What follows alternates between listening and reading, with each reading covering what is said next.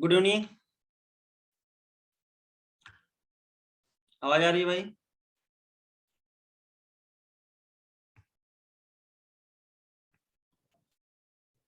Good evening sir. आवाज हाँ, good evening. आवाज आ रही है ना? Yes sir, good evening sir. चलिए भाई,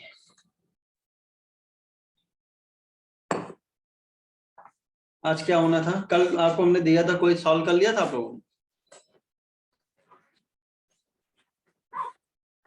भाई कल पीडीएफ दिया था, सॉल्व कर लिया?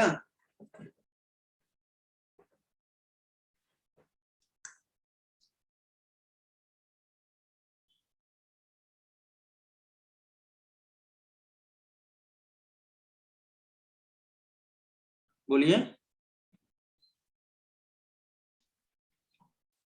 Yes sir.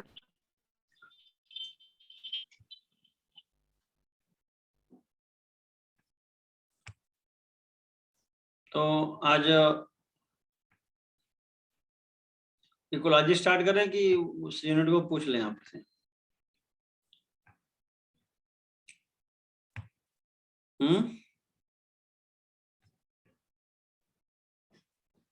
बताइए। फिर इसको कंप्लीट कर दीजिए पहले। ठीक है, जरा बताइए, टिटनस, स्नेक वेनम, ये सब कैसे इंजेक्शन होते हैं? एक्टिव इम्यूनिटी देते हैं कि पैसिव इम्यूनिटी देते हैं? पैसिव। पैसिव देते हैं ना, राइट, ठीक है। और रेबीज के खिलाफ जो होता है वो कैसा होता है? पैसिव। डिप्थीरिया, निमोनिया, पोलियो, इनमें कौन वायरल है? पोलियो। यस, पोलियो माइलाइटिस किससे होता है? वायरल इन्फेक्शन से होता है। इसके बाद आता है diphtheria, cholera, tetanus, citrus canker, ये कैसे डिजीज है? बैक्टीरियल। बैक्टीरियल। कंप्लीटली इरेडिकेटेड कौन है सर स्मॉल पॉक्स? वायरल है कि बैक्टीरियल है? वायरल। वायरल। वायरस का नाम बताइए। स्मॉल पॉक्स का वायरस, चिकन पॉक्स का होता था वेरिसेला, उसमें आता सी, तो इसका हो जाएगा बेटा वेरियोला। तो चिकन पॉक्स का क्या होता है? वेरिसेला, तो इसका क्या हो जाएगा भाई? वेरियोला। ठीक है? Yes sir. थोड़ा तो भूल जाते हो आप लोग। हमने बताया था इम्यूनिटी दो प्रकार की होती है, इन्नेट और एक्वायर्ड। इन्नेट में फर्स्ट लाइन और कौन सा? सेकंड लाइन ऑफ डिफेंस आता है। Yes sir. First line of defence में कौन कौन आता है? स्किन और sir skin, mucus coating of epithelial. Directly बोल सकते हो तो फिजिकल एंड फिजियोलॉजिकल बैरियर। और सेलुलर बैरियर और साइटोकाइन बैरियर किसमें आता है आपका? Second line of defence. Second line of defence. Second second line of defence में। वायरल इन्फेक्टेड सेल से क्या निकलता है?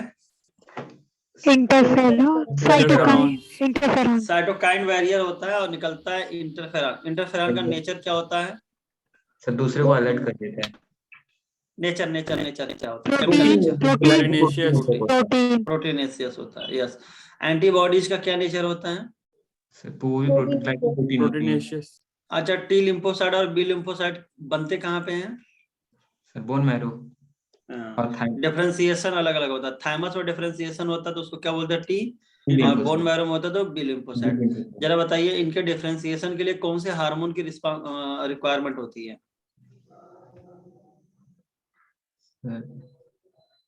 अरे यार,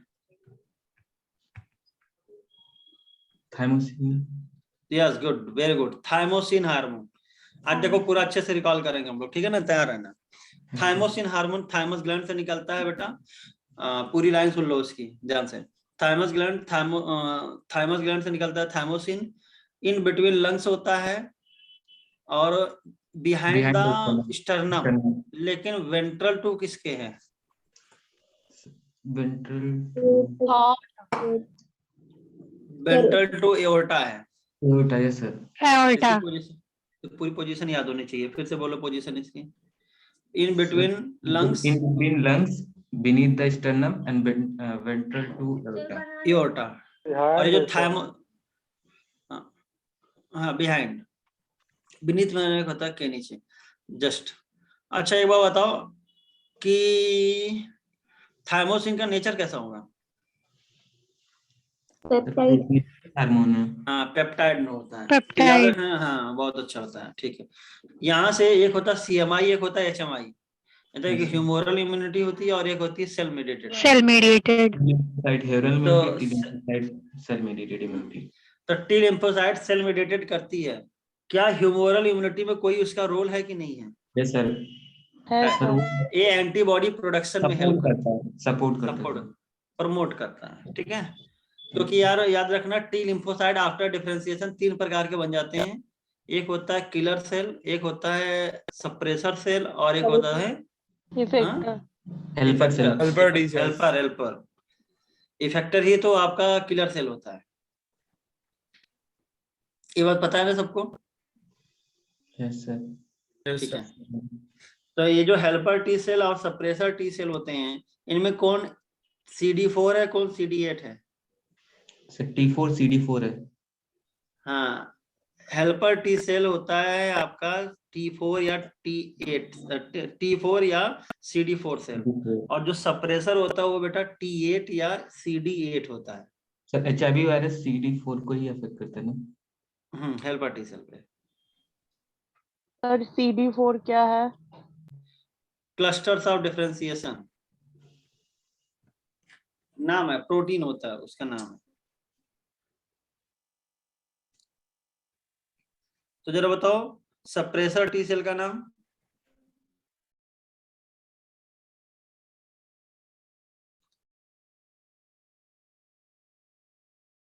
नहीं पता सर। नहीं पता, अभी तो बताया था यार। चलो अच्छा ठीक है, एक देख लो, एक बना देते हैं हल्का सा तुम्हें।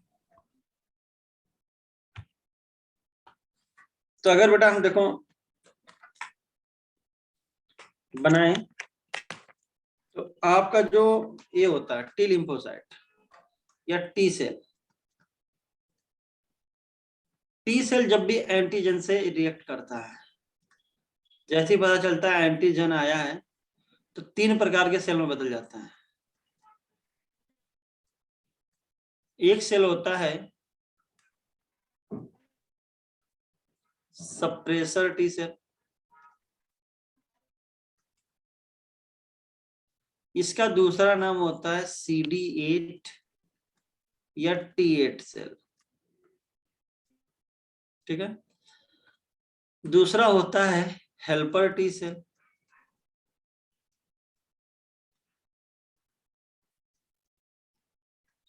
या CD4 क्लस्टर ऑफ डिफरेंशिएशन 4 बोलते हैं, या T4 सेल नाम है। और एक सेल होता है उसका नाम होता है साइटोटॉक्सिक सेल या किलर सेल या इफेक्टर सेल।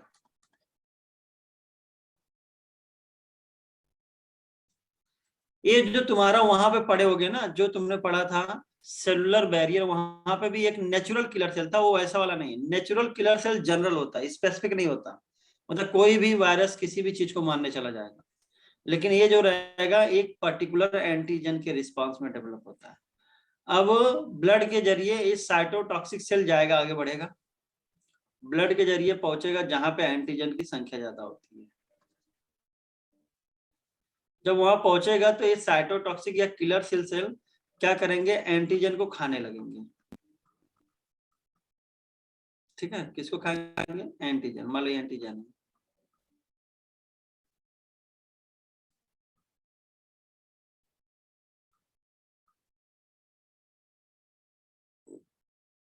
अब तुम कहोगे सर ये किलर सेल का काम क्या है? किलर मतलब मारने वाली। अब जब ये एंटीजन को मारती है तो कहोगे सर ये दोनों सेल का काम क्या है? इन दोनों का काम समझो।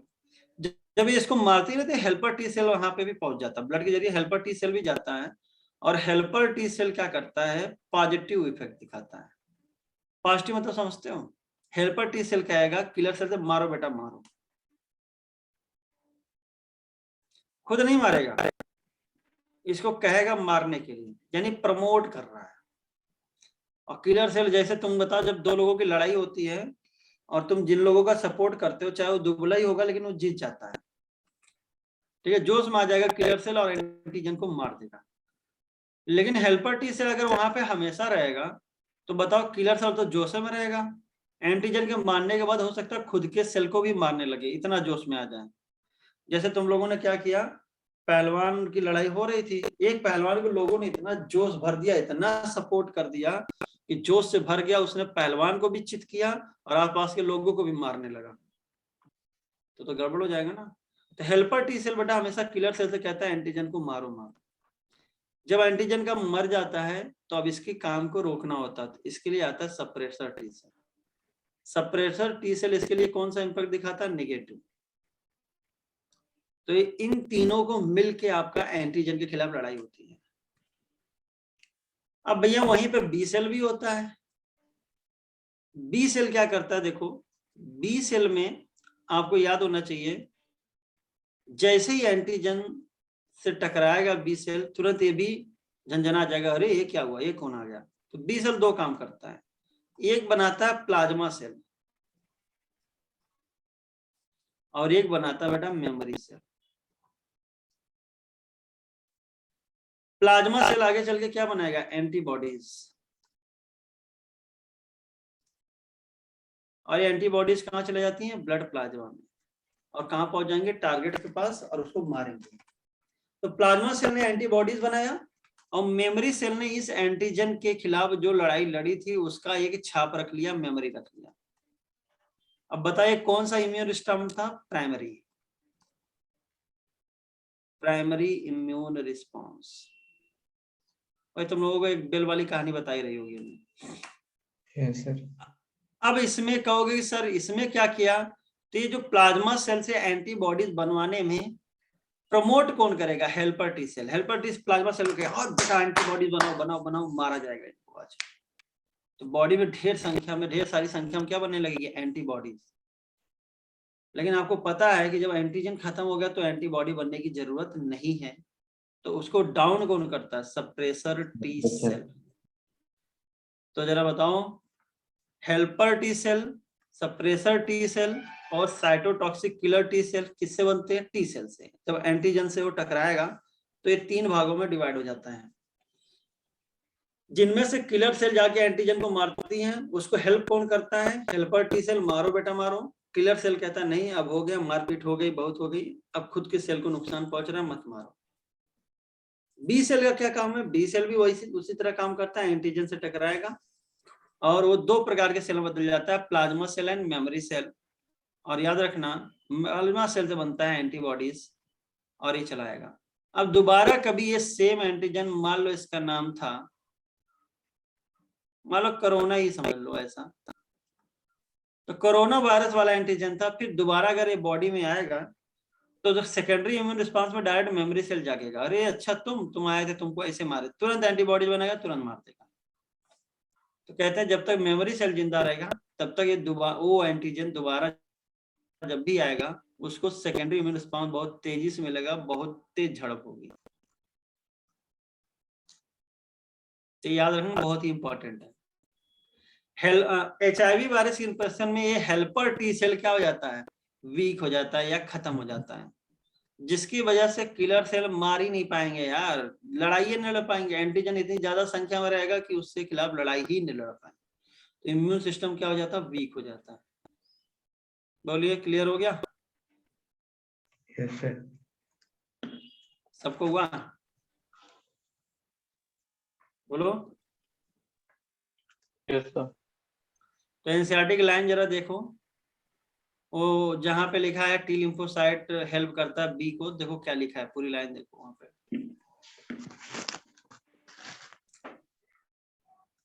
ये वाली लाइन देखो,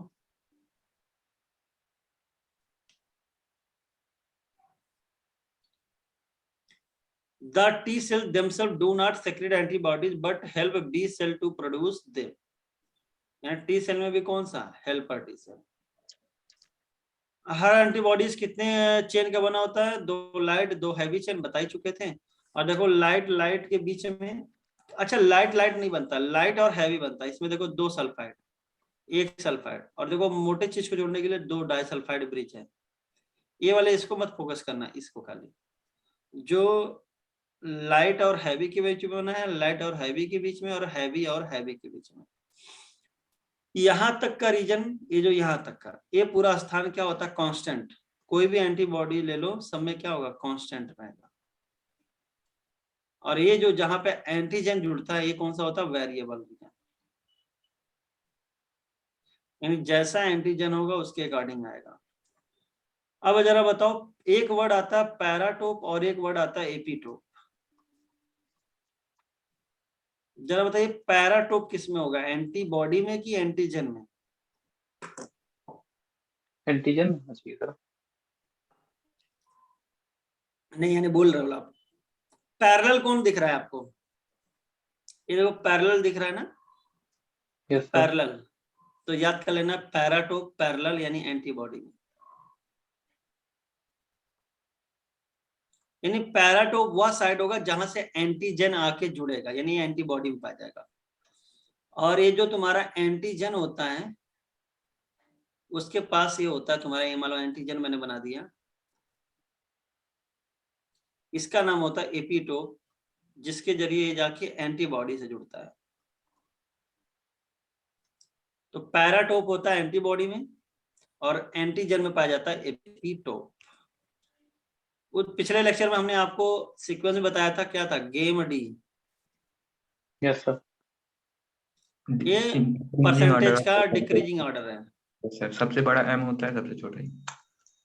और साइज में बोलो तो सबसे बड़ा एम का हमने बोला था IgM सबसे बड़ा साइज होता है, महान। ठीक है, महान बताया था, ठीक है। Yes sir. ग्राफ्ट रिजेक्शन, यानी किडनी ट्रांसप्लांट हो या कोई ट्रांसप्लांट हो, उसको बोलते हैं ग्राफ्ट। तो कहते हैं ग्राफ्ट रिजेक्शन में कौन सी इम्यूनिटी मेन रोल प्ले करती है, सेल मेडिएटेड, सेल मेडिएटेड, ठीक है। इसलिए ग्राफ्ट कराया जाता है, तो उसको बोलते हैं कि यानी transplantation, that is called grafting, ठीक है। अच्छा, एक ग्राफ्टिंग होती है ऑटोग्राफ्ट,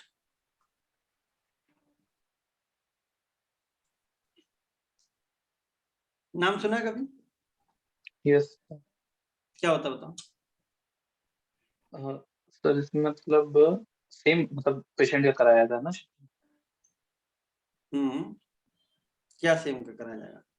मतलब जिसको डिफेक्ट है सर, उसी की बॉडी ऑर्गेन्स यूज होते हैं। हाँ, नॉट श्योर। हाँ सही सही है। जैसे मान लो तुम्हारे, मान लो किसी के फेस का स्किन खराब हो गई हो, तो उसके थाई के रीजन की स्किन उठा के वहां लगा दी जाती है। ऑटो मतलब सेल, लिख लो, ऑटोग्राफ्ट। सेम इंडिविजुअल का कोई पार्ट यूज किया जाएगा, खास करके स्किन में किया जाता है। कभी चेहरे वाला स्किन किसी खराब हो गया किसी कारण से। और येलो मतलब होता है डिफरेंट, ये दूसरे पर्सन का रहेगा येलो ग्राफ्ट। तो बताओ, एक क्वेश्चन बन सकता है कि नहीं, ऑटोग्राफ्ट और येलो ग्राफ्ट में किसमें रिजेक्शन नहीं होगा? ऑटोग्राफ में। क्यों नहीं होगा? अरे खुद की है यार, सेम खुद की स्किन है। हाँ, याद रहेगा ना? Yes sir.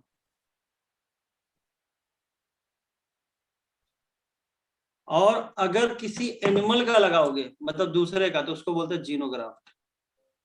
तो वही तो चल रहा है यार तुम्हारा ऑटोगेमी जिटोगेमी वाला। हाँ, हाशिमोटो बता रहे हैं ऑटोइम्यून है।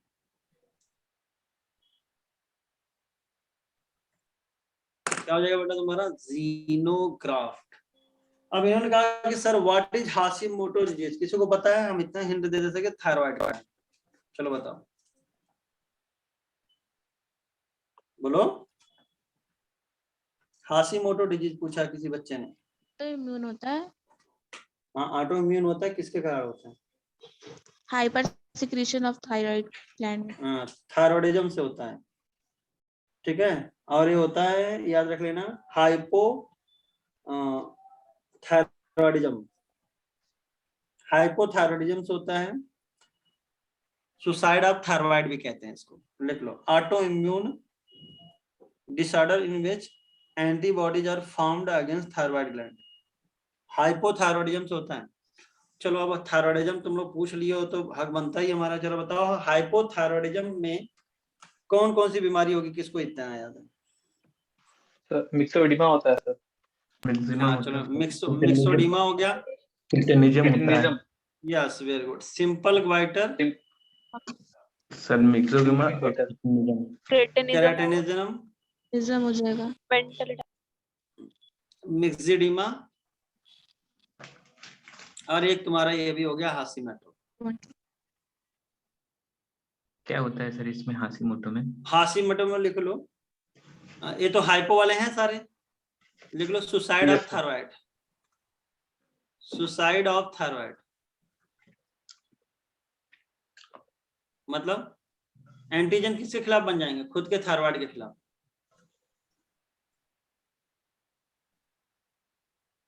तो लिख लो antibodies formed against thyroid gland. अब तुम्हारी खुद की ग्लैंड के खिलाफ बन रहा है तो क्या हो जाएगा? Auto immune. और कोई ऑटो इम्यून बताओ जो तुम्हारी एनसीईआरटी से रिलेटेड हो। Rheumatoid arthritis. Rheumatoid arthritis. Actually ये क्या है ना कि ये ह्यूमन हेल्थ एंड डिजीज जो पढ़ते हो ये पूरे ह्यूमन फिजियोलॉजी को इससे जोड़ देता है। Yes sir. माइस्थीनिया ग्रेविस भी होगा सर। मास्थेनिया ग्रेविस हो गया और रूमेटॉइड आर्थराइटिस हो गया। सर ग्रेवीज डिजीज भी होगा? नहीं, ग्रेविस डिजीज तो तुम्हारा हाइपर से होता है। हाँ ये भी है, ग्रेविस ऑटोइम्यून भी हो डिजीज सकता है। सर। हाँ हाँ हाँ। Sir diabetes mellitus. ये भी हो सकता है, कोई बड़ी बात नहीं, लेकिन इतना मत याद करो, जितना है उतना ही। हाँ मल्टीपल स्क्लेरोसिस होता है, लिख लो भैया, ये अलग से एक जगह लिखो सब। अरे अभी आ रहा है, कहाँ परेशान हो, चलो अभी आगे है, लिखवा देंगे वहीं पे, वहीं लिख लेना। चलो बता, एक्टिव पैसिव में कोई डाउट तो नहीं है, आगे बढ़ जा। No sir. विटिलागो चक्कर आने को, विटिलागो। हाँ आदिम लग रहा है तुमने खूब मिचली नहीं। चक्कर सर। क्वेश्चन था नहीं लाइट में सर, गलत हो गया था ये वाला ऑटो इम्यून वाला। विटिलागो नहीं विटिलागो इसके मिचली वाला नहीं है, वो दूसरी चीज होती है, ये स्किन से रिलेटेड होती है। सर ये भी ऑटो इम्यून होता है? विटिलागो देखना पड़ेगा, हो सकता है हमने लिखवाया होगा, तुम्हारे पास होगा। नहीं सर ये नहीं था ना, और टेस्ट में गलत हो गया था लास्ट ईयर।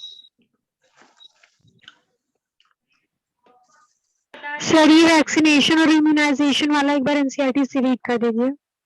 हाँ विटिलागो भी होता है, वैक्सीनेशन, ठीक है। अच्छा, when a host is expose to antigen, अभी बताया जब होस्ट एंटीजन से एक्सपोज होता है, which may be in the form of living or dead microbes or other protein antibodies. तो बता एंटीजन का नेचर कुछ भी हो सकता है, ये याद रखना। लेकिन एंटीबॉडीज हमेशा कैसे होते हैं? प्रोटीन्स के होते हैं, are produce in the host body. This type immunity is called active. तो हमेशा याद रखना, एक्टिव मतलब होस्ट की बॉडी में एंटीबॉडीज बनेगा, और पैसिव मतलब होस्ट की बॉडी में नहीं बनेगा, रेडीमेड देना होगा, बस काम खत्म। अब जरा बताओ, जो तुम्हें वैक्सीनेशन प्रोग्राम में ज्यादातर वैक्सीन कैसी इम्यूनाइजेशन पे होती है, एक्टिव की passive? Artificial active. Active. Artificial active immunisation, ठीक है। और जो तुम्हारे मैंने बोला था ना फैटेलिटी, मतलब कि डर, मतलब जब आप बहुत ज्यादा, जैसे पढ़ लेते हैं, एक्टिव इम्यूनिटी इज स्लो, धीरे धीरे जगेगी, and takes time to give its full effective response. Injecting the microbes deliberately, यानी मनमाने ढंग से, जानबूझकर, during immunization or infectious organism gains access into body during natural infection induce active immunity. देखो एक होता है नेचुरल करना, और एक होता है कि जबरदस्ती पहले से ही बता दो। तो भाई इंजेक्शन के जरिए पहले बता दोगे तो बॉडी में कौन सा रिस्पांस आ जाएगा? Primary immune response. और जब नेचुरल में उस एंटीजन से तुम्हारा क्या होगा, सामना होगा, तो कौन सा इम्यून रिस्पांस डेवलप होगा? सेकेंडरी। और सेकेंडरी फास्ट होता है, जब तक वायरस या बैक्टीरिया जो भी एंटीजन है अपनी संख्या बढ़ाएगा, तब तक तुम्हारा इम्यून सिस्टम जाके उसको मार देगा। बस यही इसका मेथोडोलॉजी है। लेकिन मान लो जब कोई, मैंने उसी दिन आपको ये भी बताया था कि जब कोई मान लीजिए इमरजेंसी का केस आ गया, मान लो स्नेक बाइट कर लिया, अब वो स्नेक बाइट हो गया, तो क्या तुम उस समय जाओगे अलग से इसके लिए एंटीबॉडी बनने का इंतजार करोगे क्या? तब तक जयराम जी की हो सकता है, तो इसमें क्या दिया जाएगा, एंटी स्नेक सीरम, यानी कि ये क्या होगा, पैसिव इम्यूनिटी। रेबीज की इन्फेक्शन में आपको पता है कि अगर रेबीज का इन्फेक्शन हो गया मौत निश्चित है। कुत्ता काटने से रेबीज हो ये जरूरी नहीं है, लेकिन अगर कुत्ता काटने से रेबीज के सिम्टम आ गए तो तुम्हारी मौत निश्चित है, कंफर्म है। हाइड्रोफोबिया भी बोलते थे। तो इसके खिलाफ भी तुरंत जो एंटीबॉडी दी जाती है वो कैसी होगी, एंटी रेबीज वैक्सीन, वो भी कैसी होगी, पैसिव इम्यूनिटी। ठीक है। एंटी टिटनस सीरम, सीरम यानी टिटनस का इंजेक्शन भी जो होता है वो भी कैसा होता है, पैसिव इम्यूनिटी। कोलेस्ट्रम, मदर का मिल्क होता है, उसमें भी बनी बनाई एंटीबॉडी जो होती है वो भी कैसी हो जाएगी, पैसिव, लेकिन वो नेचर है तो नेचुरल बोलते हैं। माँ के मिल्क में क्या पाया जाता है, आईजीए। तो पैसिव और एक्टिव का बस सिंपल सा मेथड ये याद रखिएगा, आपकी बॉडी में बना तो एक्टिव, नहीं बना तो क्या हो जाएगा, पैसिव। और मैंने बोला था इम्यूनाइजेशन का जो प्रिंसिपल होता है वो किस पे डिपेंड करता है, memory of the immune system. Memory जिस सिस्टम की ज्यादा होगी, जैसे मान लो चिकन पॉक्स हो जाता है किसी को एक बार, तो कहते फिर दोबारा उस चिकन पॉक्स होता नहीं उस बंदे को। क्यों नहीं होता पता है, क्योंकि इसके खिलाफ, इस वायरस के खिलाफ जो मेमोरी सेल बनी होगी वो कैसी हो गई, इमोर्टल टाइप की। ठीक है, तो जब भी आएगा तुरंत इसको मार देगी। अब कहते हैं कि इम्यूनाइजेशन करवाने के लिए या तो पैथोजन जो डालो वो बहुत कम संख्या में डालो, या तो उसको वीक करके डालो। मतलब क्या करके डालो, न्यूट्रलाइज करके डालो। ठीक है, तो इसके लिए आपको एक क्वेश्चन हम बता सकते हैं। एक वर्ड आता है attenuated form.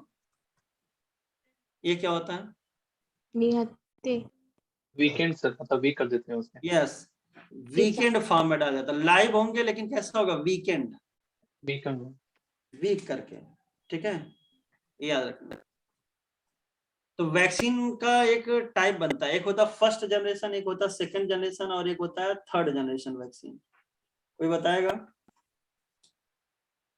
First generation vaccine क्या होता है? तो जो बॉडी में खुद बनती है। और जो पूरा ऑर्गेनिज्म होता है, मतलब अरे वीक करके डाल वैक्सीन दिया। खुद बनेगी, वैक्सीन खुद बनेगी, लाइव ऑर्गेनिज्म डायरेक्ट डाल दिया जाता। तो लिख लो फर्स्ट जनरेशन, हाँ first generation vaccine, use of live dead micro organism, live या डेड माइक्रो ऑर्गेनिज्म को डायरेक्ट इस्तेमाल करते हैं।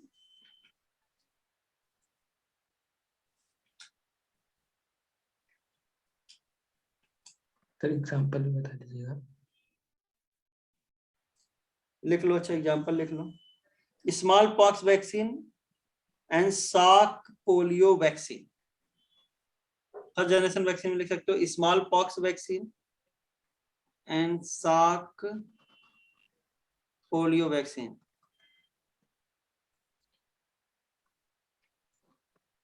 ये फर्स्ट जनरेशन थी। सेकंड जनरेशन लिखो,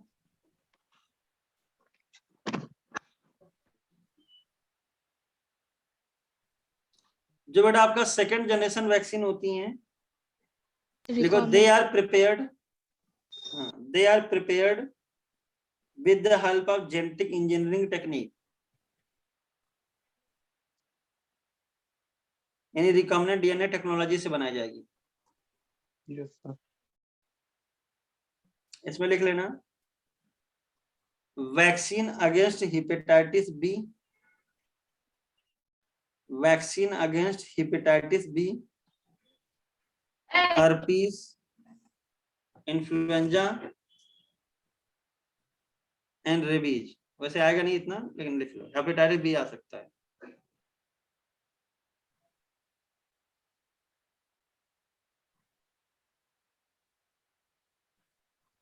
अब लिखो थर्ड जनरेशन वैक्सीन, ये सिंथेटिकली बनाई जाएगी भाई, सिंथेटिकली बनाया जाता है।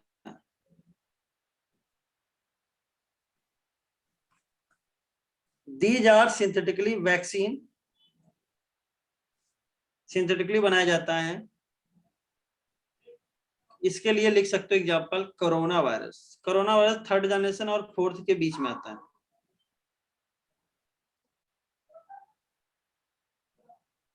सर फोर्थ वाला कौन सा होता है? फोर्थ में आपका अभी चल रहा है, मतलब फोर्थ जनरेशन एज सच कोई साइंटिफिक डेफिनेशन नहीं आई उसकी। लोग बोलते हैं कि थर्ड और फोर्थ के बीच में बनाया जा रहा है, लेकिन आप अभी यही याद रखिए। हाँ, थर्ड में थर्ड तो सिंथेटिक मैंने बना। मतलब सर कहीं हाँ पढ़ा था मैंने, तो डीएनए या आरएनए वैक्सीन बोला था, क्या ये सही है थर्ड के लिए? हाँ हाँ।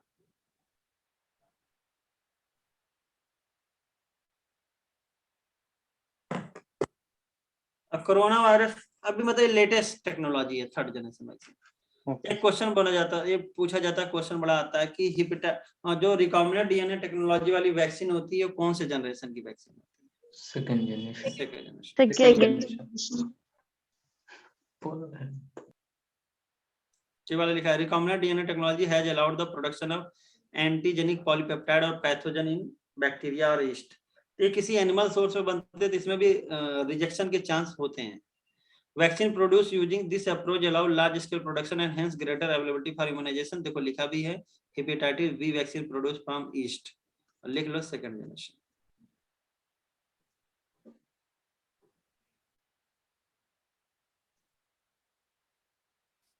एलर्जी, एलर्जी का तो मतलब ऐसा है कि आप एनीथिंग, कुछ भी आपके बॉडी में इम्यून रिस्पॉन्स डेवलप कर दे, वो भी एग्जेगरेटेड मतलब बहुत पावरफुल, तो उसको हम लोग बोलते हैं एलर्जी। जैसे तुम जा रहे थे, कोई झाड़ू लगा रहा था और अचानक से तुमको क्या होने लगा कि छींक आने लगी, खांसी आने लगी, बहुत बढ़ा चढ़ा के इम्यून रिस्पॉन्स आएगा, आंखें लाल हो जाएगी, नाक लाल हो जाएगा, आई माई दाई सब हो जाएगा वहां पर, तुम्हें मतलब परेशान हो जाओगे तुम। तो लोग कहेंगे oh my God dust is there, मुझे डस्ट से एलर्जी है। क्या हो गया तुम्हें? एलर्जी हो गया। और ओ माय गॉड बोलने का मतलब ये आपका रूरल एरिया में ज्यादा हो रहा है कि अर्बन एरिया में?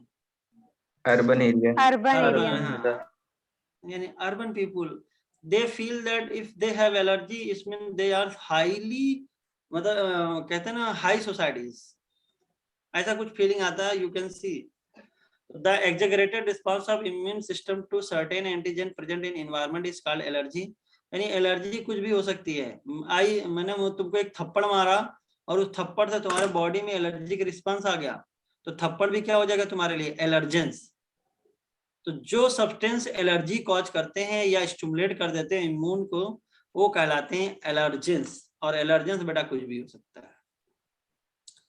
एलर्जेंस हो सकता है कि आपने कोई कपड़ा पहना और आपकी स्किन में ढेर सारे दाने निकल आए, रैशेस निकल आए, पूरा लाल लाल चकत्ता हो गया, वो भी क्या कहलाएगा? उस कपड़े में हो सकता है कोई डाई वगैरह यूज किया गया होगा जो आपके लिए एलर्जी कॉजिंग होगा। तो the antibodies produce to these are called IgE type. और उस समय बताओ एलर्जी के समय कौन सी एंटीबॉडी निकलती? आईजीई, बोलो। आईजी। तो भैया एलर्जन कुछ भी हो सकता है। तो आप में से कोई किसी चीज से एलर्जी है? Yes sir. Yes sir. किसी किसी को पढ़ने से एलर्जी होती है। सर ऐसे नहीं सर। जैसे किताब उसके सामने खोल दो नींद तो आने तुरंत लगती उसको नींद, दुनियादारी ये सब आने लगती है। यस सर, होता है। Common example of allergens are mite in dust. Dust में माइट्स होते हैं। ये माइट्स होते क्या, जरा बताओ। सर जो डस्ट में होते हैं। सर जो कुत्ते को कीड़े काटते बड़े बड़े वाले माइट्स। क्या? हाँ, वो भी माइट्स होता है यहाँ पर, लेकिन कण है, डस्ट के कण, पार्टिकल। ठीक है।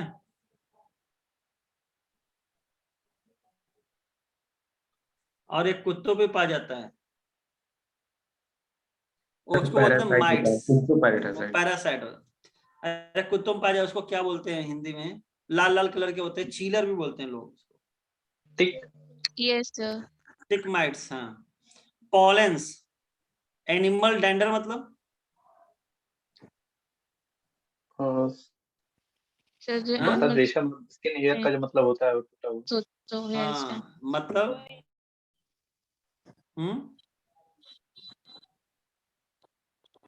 सर जैसे डॉग हो गई, कैट हो गई अरे तो हाँ, जैसे मान लो कोई एनिमल को आपने वहां से उसके बॉडी से जो चीजें मतलब जब मान लो कोई फर है, मान लो कोई पंख है, फर उसको हुआ, जब फेदर हिलाओगे हुआ, तो ये सब। हाँ उससे जो Yes, तुम्हें छोटे छोटे रेशे निकलेंगे या डैंड्रफ नुमा निकलेगा, तुम्हारे बालों में जो डैंड्रफ निकलता है उससे रिलेटेड है।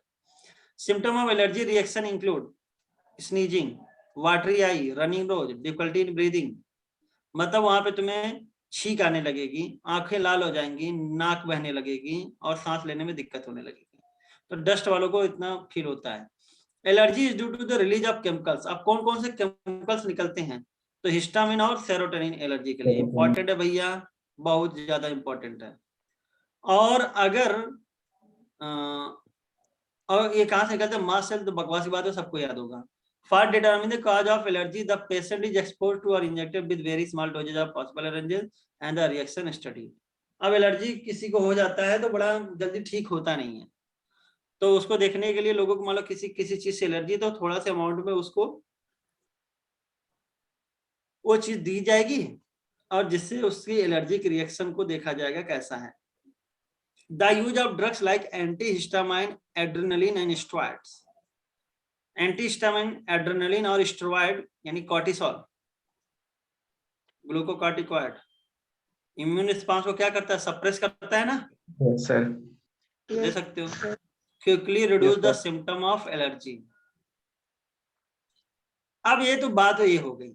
अब मैं बता रहा हूं एलर्जी कुछ नहीं, एलर्जी सोच है। मैं इसका सबसे बड़ा एग्जांपल देता हूं, मेरी एक सिस्टर है, हाँ, इसिनोफिलिया में जब इयोसिन, एलर्जिक रिएक्शन में इयोसिन आपका मतलब इयोसिनोफिल होता है ना, उसका अमाउंट बढ़ जाता है, दैट इज कॉल्ड इसिनोफिलिया। अब भैया क्या सोचे, मैं बता रहा हूँ कैसे। मेरी सिस्टर को क्या होता था, जैसे ही गर्मियों के समय में धूप से एक्सपोज होती थी वो, उनके चेहरे पे, उनके हेड पे एकदम पूरा अच्छा सा हाई अमाउंट का मतलब स्वेलिंग हो जाती थी, रेड हो जाता था, सब हो जाता था। अब वो परेशान, दिन भर में 5-6 बार नहा रही हैं, मतलब परेशान बेचारी। हमसे पता ही है, हमने कहा कुछ नहीं, सब बकवास की बातें हैं। कई जगह से दवा कर लिया उन्होंने, तुम्हारा उस रिसर्च सेंटर में चली गई जो तुम्हारा आरएमएल है, राम मनोहर लोहिया, वहां के रिसर्च सेंटर में गई, वो लोग भी दवा दिए, कुछ नहीं। अंत में इस समय जब वो गांव में गई, धीरे धीरे धीरे धीरे धूप में इतना एक्सपोजर रहा, अब वो सब डाउन हो गया, क्योंकि उनकी सोच बदल गई। अब कहीं कि छोड़ो भाड़ में जाए। तो भैया एलर्जिक रिएक्शन इसी कहते हैं। जैसे हम ही लोग हों, अब तुम क्या करो, अपने आप को मतलब नीचे उतरे, गाड़ी में बैठ गए और चले गए अपने ऑफिस, फिर ऑफिस से गाड़ी, मतलब तुम्हें अपने आप का सन से एक्सपोजर एकदम जीरो कर लो। अब अचानक से तुम जरा सन से अपना एक्सपोजर कर लो, तो क्या हो जाएगा, तुम्हें एलर्जी होने लगेगी। धूप से जैसे कहोगे ओ माय गॉड मुझे धूप से एलर्जी है, तुरंत जैसे धूप से थोड़ा सा धूप दिखा नहीं कि तुम्हें क्या हो जाएगा, एकदम तुम्हें बीमार हो जाओगे या छींक आने लगेगी। बहुत लोगों को सुना होगा ऐसा। तो कुछ नहीं भैया, वो उनकी सोच है और कुछ नहीं। किसी किसी को होती भी बहुत सीवियर, ऐसा नहीं है। तो somehow modern day lifestyle has resulted in lowering of immunity and more sensitivity to allergens. More and more children in metro cities of India suffer from allergies and asthma due to sensitivity to the environment. This could be because of the protected environment provided early in life. तो बस मैंने बोला ना, सोच है। हम लोग क्या, ये हम लोग वही धूल मिट्टी, वही नाले नहर, इन सब में खेले कूदे, तो हम लोग को एलर्जी नहीं होती। गांव, अभी शहर का बच्चा जिसने हमेशा आरओ का पानी पिया है, एक दिन नलके का पानी पिला दो, तुरंत वो बीमार पड़ जाएगा। तो ये मॉडर्न डे लाइफस्टाइल की बात है। आपके क्वेश्चन पॉइंट ऑफ व्यू से बेटा ये दोनों जरूरी था बस। ऑटो इम्यूनिटी, अब भैया अगर खुद के खिलाफ हो जाए तो उसको क्या बोलते हैं, ऑटो इम्यूनिटी। एग्जांपल हो गया रूमेटॉइड आर्थराइटिस, दूसरा क्या लिखोगे, माइस्थेनिया ग्रेविस।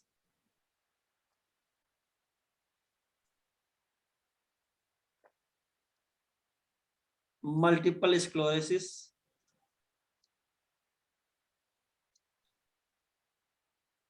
और क्या लिखोगे,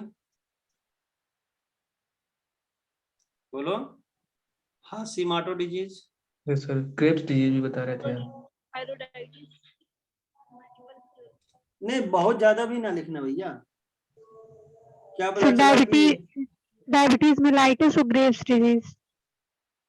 हाँ क्या, ग्रेविस लिख लो, हाँ ग्रेविस डिजीज लिख लो, होने की तो बहुत कुछ होता है।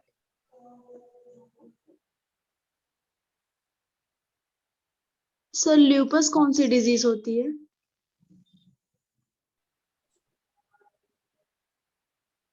किसकी? ल्यूपस। ल्यूपस, स्पेलिंग बोलो जरा। LEUPUS। LE UPUS। ऐसा कोई बीमारी तुमने पूरा नहीं, हमारे दिमाग में तो नहीं जा रहा है। सर वो LUPUS होगा। LEUPUS। बेटा ऐसी कोई बीमारी हमने नहीं पढ़ी। सर मल्टीपल मतलब हाँ, स्क्लेरोसिस क्या है? हाँ लिख सकते हो, मल्टीपल स्क्लेरोसिस को भी लिख सकते हो। क्या होता है ये? ये आपका डिजेनरेटिव डिसऑर्डर है, लिख लो चाहो तो, कि इसमें इम्यून सिस्टम क्या होगा, ऑटो इम्यून हो जाएगा, नर्व वगैरह क्या हो जाता है, डिजेनरेट होने लगते हैं।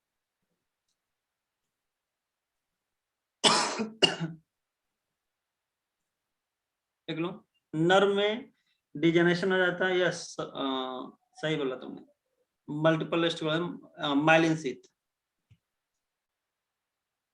विटिलिगो में आपका स्किन पैचेस वाइट हो जाता है।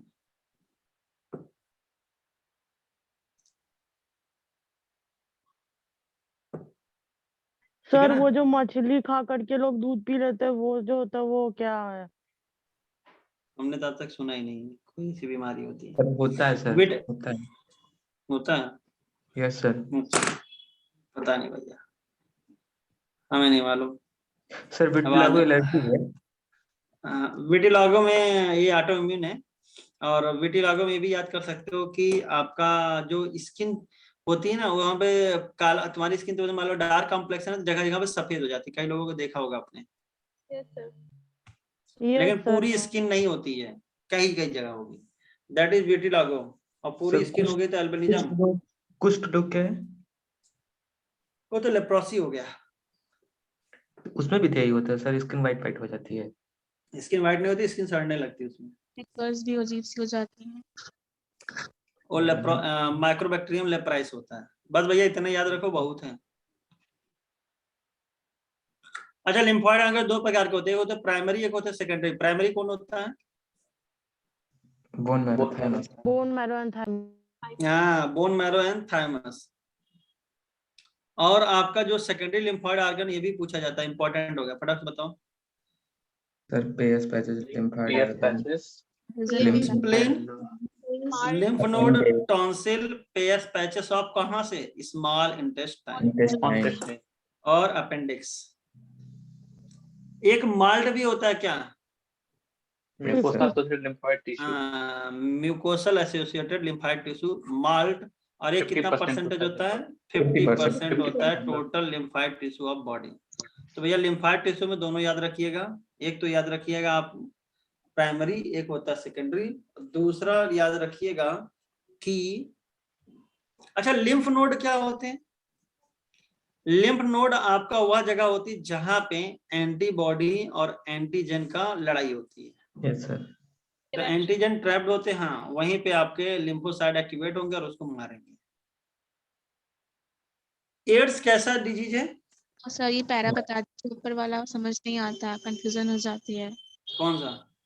सर ये ये? सेकंड नहीं, इसके ऊपर वाला सर चलो, वो the bone marrow is the main lymphoid organ where all blood cells including lymphocyte are form. तो ये तो बात तो पहले पता थी कि बोन मैरो में ही सारे सेल बनती हैं। The thymus is a lobed organ located near the heart, thymus तो पता ही होगा, and beneath the breast bone यानी कि sternum and ventral side of the aorta. The thymus is quite larger at the time of birth but keep reducing in size with age. तो याद करो thymus बता, हाँ ऊपर वाला, इसे ऊपर वाला बताना, अरे इफेक्टर्स जहाँ पे लिखे हैं। हाँ सर ये ये जो मैंने तुम्हें बताया था, the secondary lymphoid organ provide the site for interaction of lymphocyte with antigen. जो मैंने तुम्हें वो दिखाया था कि टी लिम्फोसाइट मिला एंटीजन से बदल गया तुम्हारा 3 प्रकार की सेल में, वो काम कहाँ हो रहा था तुम्हारा? ये सेकेंडरी लिम्फोइड ऑर्गन में। तुमको तो मैंने डायग्राम भी बना के समझाया, याद होगा, याद आ रहा है डायग्राम? वही डायग्राम की लाइनिंग है। The secondary lymphoid organ provide the site for interaction of lymphocyte with antigen, which then proliferate to become effector cell। यानी कौन कौन से हैं? Cytotoxic T cell, killer cell, यानी और कौन सी हो जाएंगी बेटा तुम्हारी? टी हेल्पर सेल और सप्रेसर टी सेल। तो ये बेटा जो suppressor T cell, helper T cell और किलर सेल बन रही थी, ये कहाँ पे बनती हैं? सेकेंडरी लिम्फोइड ऑर्गन में। Yes sir. जो मैंने अभी फिगर बनाया था आप लोगों के लिए, ये वाला काम आपका हो रहा था सेकेंडरी लिम्फोइड ऑर्गन में।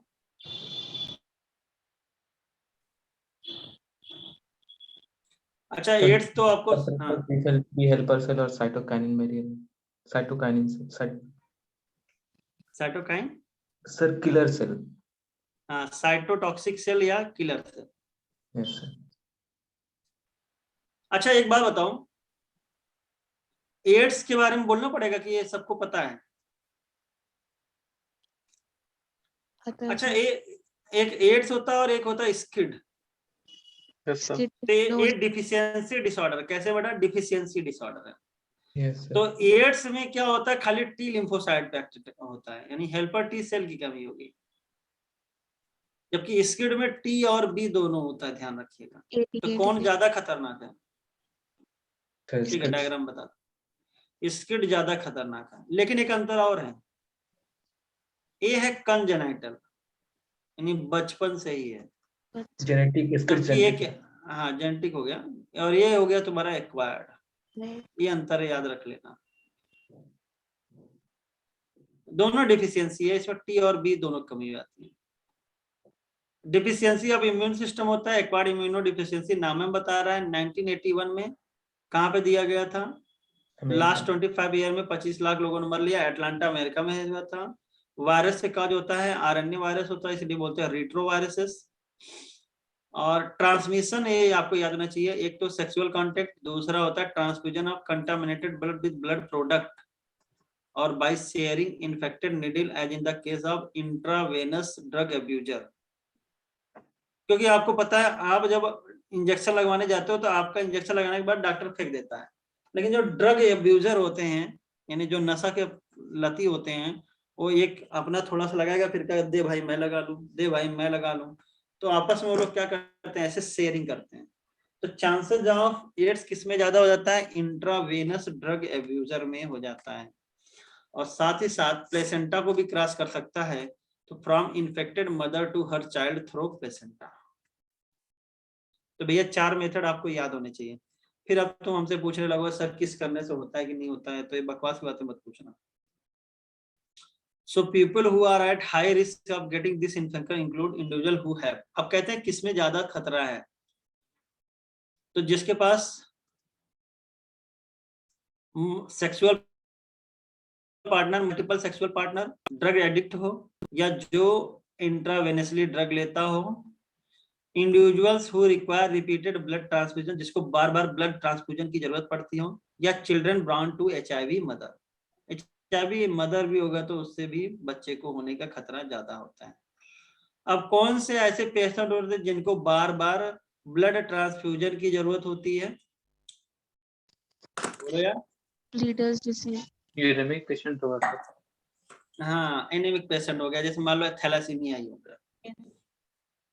सर इसके ये लिए फिगर बार ब्लड ट्रांसफ्यूजन की जरूरत होती है। अब वहां तो सीधे बोन मैरो ट्रांसप्लांट होगा। अब जरा बताओ, ये मान लो वायरस है, HIV वायरस। तो वायरस जब भी एंट्री मारता है तो पूरा मारता है कि अपना खाली जीनोम डाल देता है? जीनोम डाल देता है। इन्फेक्ट किया, अपना RNA डाल दिया। अब RNA जो है, वायरल जो है, देखो लिखा है ना, viral DNA produce by reverse transcriptase. अब भैया वायरस जब यहाँ पे जाएगा ना, तो RNA के फॉर्म में नहीं जाता, किसके फॉर्म में जाता है? DNA के फॉर्म में जाता है। तो बताओ आरएनए से डीएनए बनना कौन सी प्रक्रिया के जरिए होता है?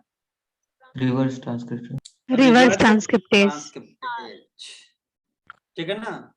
और ये डीएनए जाके इस होस्ट सेल पे कब्जा कर लेगा, कहेगा अब मेरा हक है इस पे, चलो मेरी प्रोटीन बनाओ, यानी कि डीएनए बनाओ। New viral RNA is produced by DNA infected. DNA जो इन्फेक्ट कर देगा, नया ये डीएनए से क्या बनता है, एमआरएनए या आरएनए बनेगा, नया वायरस की प्रोटीन बनने लगेगी, फैक्ट्री होगी। जरा बताओ वायरस सबसे पहले जाके किसको अफेक्ट करता था, एचआईवी? सर किसको? मैक्रोफेजेस को।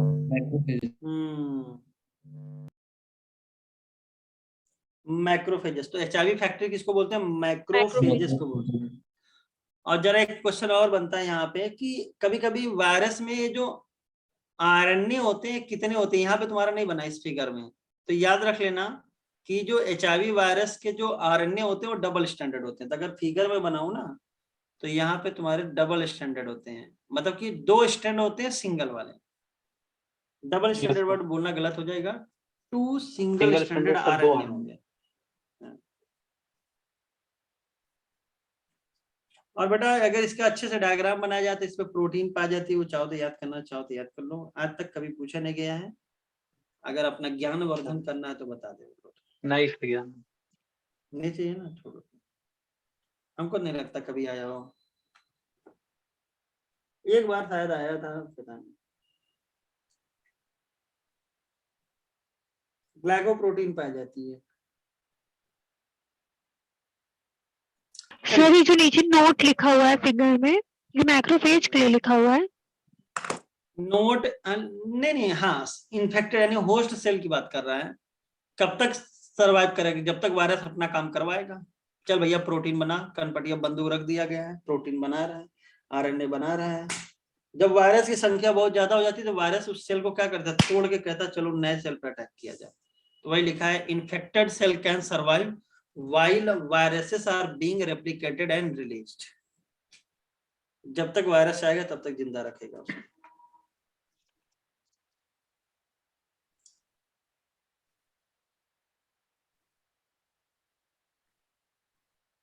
अच्छा, एक होता है इंक्यूबेशन पीरियड, ये क्या होता है?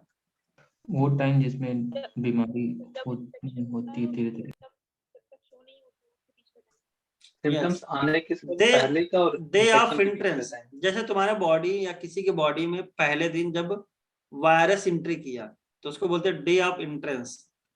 और वह दिन जब बीमारी पहली बार दिखी, appearance of symptoms of that disease, उसके बीच का जो टाइम इंटरवल होता है उसको बोलते हैं इंक्यूबेशन पीरियड। और एड्स के केस में इंक्यूबेशन पीरियड फ्यू मंथ से बहुत ईयर 5 से 10 साल तक हो सकता है। अब सामने वाला बंदा, मान लो किसी को जनवरी 2022 में एचआईवी वायरस के कांटेक्ट में आया वो पर्सन, अब उस पर्सन में बीमारी हो सकता है फरवरी में दिख जाए, हो सकता है मार्च में दिख जाए, हो सकता है कि 2027 में दिखे, हो सकता है कि 2032 में दिखे। लेकिन याद रख लेना, जब भी बीमारी दिख जाएगी, मतलब कि बीमारी कब दिखेगी, जब वायरस की संख्या ज्यादा हो जाएगी। जब भी बीमारी अपीयर हो जाएगी, सिम्टम्स दिख जाएगा, कैलेंडर एक से दूसरा नहीं बन जाएगा उसकी लाइफ में, मर जाएगा। ठीक है,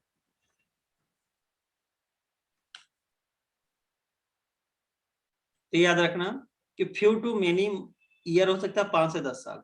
अब वो कितना लकी है भगवान जानता है। इसके खिलाफ अभी कोई वैक्सीन नहीं बनी है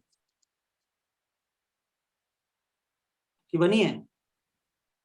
नहीं सर। अभी After getting into the body of the person, the virus enter into macrophages where RNA genome of virus replicate to form viral DNA with the help of enzyme reverse transcriptase। ये तो सबको पता है। This viral DNA get incorporated into host cells DNA and direct the infect to produce virus particle। तो याद रखना कि virus जब होस्ट के डीएनए से लड़ेगा ना, तो डीएनए लड़ता है, आरएनए नहीं जाएगा, पहले आरएनए से बनता है डीएनए। तो मैक्रोफेजेस को पहले अटैक किया है, तो मैक्रोफेजेस को हम लोग क्या बोलते हैं? HIV factory. क्या बोलते हैं? HIV factory. पक्का?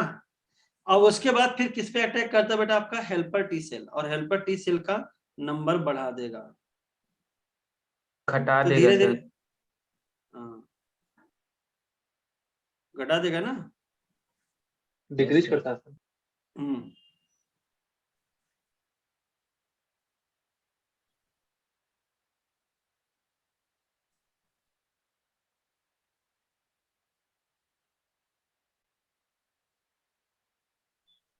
मैक्रोफेजेस क्या होते हैं?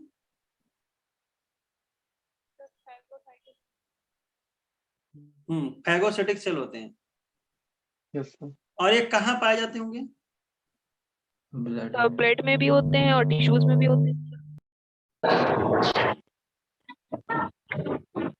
नहीं, टिश्यूज में होते याद रखना एक्चुअली जो मैक्रोफेजेस होते हैं मोनोसाइट ही हैं। मोनोसाइट वेंडरिंग होते हैं। वेंडरिंग मतलब कि भटकते हुए, यानी ब्लड में पाए जाते हैं। अरे जाके आप किसी टिश्यू में क्या करें? लॉज कर जाए, यानी बैठ जाए। जब टिश्यू में बैठ जाता है तो उसका नाम क्या होता है? मैक्रोफेजेस। मैक्रोफेजेस। एक मैक्रोफेजेस का एग्जांपल होता है जैसे dust cell. Kapoor sales. Lungs में डस्ट डस्ट सेल कहाँ पाया जाता है? लंग्स में लंग्स। लंग्स में। दूसरा होता है कुफर सेल, लीवर सेल्स लीवर में। ये लीवर में पाया जाता है। तीसरा होता है हिस्टियोसाइट, ये कहाँ पाया जाता है? सर मसल्स में शायद होती है, कंफर्म नहीं है। बताओ कोई दिमाग में। याद नहीं आ रहा हाँ? सर, पढ़ा हुआ। यूटेरस। कनेक्टिव टिश्यू में लिख लो, प्रेजेंट इन कनेक्टिव टिश्यू। अब ब्रेन में क्या होता है? माइक्रोग्लिया। माइक्रोग्लिया। सर पेनेट सेल कौन सी होती है? पैनस सेल आपका एलिमेंट्री कैनाल में मिलेगी, डिफेंस की कोशिकाएं होती है। ठीक है सर।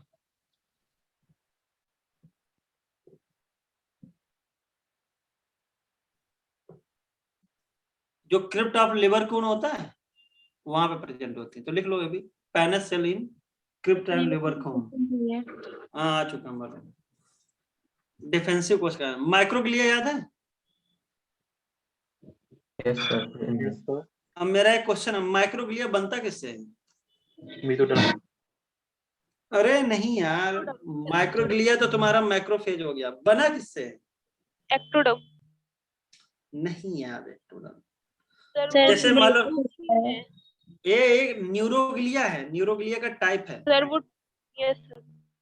न्यूरोग्लिया का टाइप होता है माइक्रोग्लिया। तो न्यूरोग्लिया आपको पता हो टोटल नर्वस टिश्यू का कितना परसेंट पार्ट बता रहा था? More than 50%।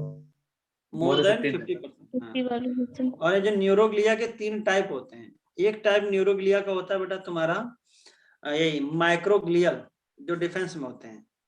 और एक होता है तुम्हारा स्वान सेल, एक होता है ऑलिगोडेंड्रोसाइट्स, ठीक है। और एक होते हैं एस्ट्रोसाइट। ये टाइप ऑफ न्यूरोग्लिया होते हैं। स्वान सेल और ऑलिगोडेंड्रोसाइट ये माइलिन शीथ बनाने में हेल्प करते हैं। एस्ट्रोसाइट ब्लड ब्रेन बैरियर बनाता है। ब्लड ब्रेन बैरियर एस्ट्रोसाइट बनाता है। माइक्रोग्लिया तुम्हारे डिफेंस सेल में इन्वॉल्व होते हैं। क्लियर हुआ? बोलो यार। सर इसकी माइक्रोग्लिया की ओरिजिन सर किससे होगी? मेसोडर्मल होगी ना? ये तो ओरिजिन देखना पड़ेगा हमें, लेकिन न्यूरोग्लिया देखना होगा ना, न्यूरोग्लिया की ओरिजिन जो होगी वही होगी। Okay sir. Okay sir. कोई मिनट बता ही देते हैं तुम लोग को, मेरे पास नोट्स में लिखा होगा न्यूरोग्लिया। चलो फिर आगे बढ़ते हैं। मैक्रोफेजेस क्लियर हो गया आपका? Yes sir. Helper T cell हो गया। सर ब्लड ब्रेन बैरियर वो होते हैं जो कि ब्लड में कंसंट्रेशन हाँ देखो, वगैरह को मेंटेन करते हैं, बताते हैं। सुनो सुनो सुनो, ब्लड की डायरेक्ट सप्लाई नहीं होती। ब्लड क्षमता है, CSF बनता है। तो वहां पे जब ब्लड छन के CSF बनने वाला होता है तो वहां पे बेटा तुम्हारा, हाँ देखो न्यूरोग्लिया में एस्ट्रोसाइट और ओलिगोडेंड्रोसाइट्स ये एक्टोडर्मल होते हैं और माइक्रोग्लिया होता है मेजोडर्मल। Yes sir. ठीक है, माइक्रोग्लिया मेजोडर्मल होता है और एस्ट्रोसाइड एंड ओलिगोडेंड्रोसाइट्स ये होते हैं एक्टोडर्मल।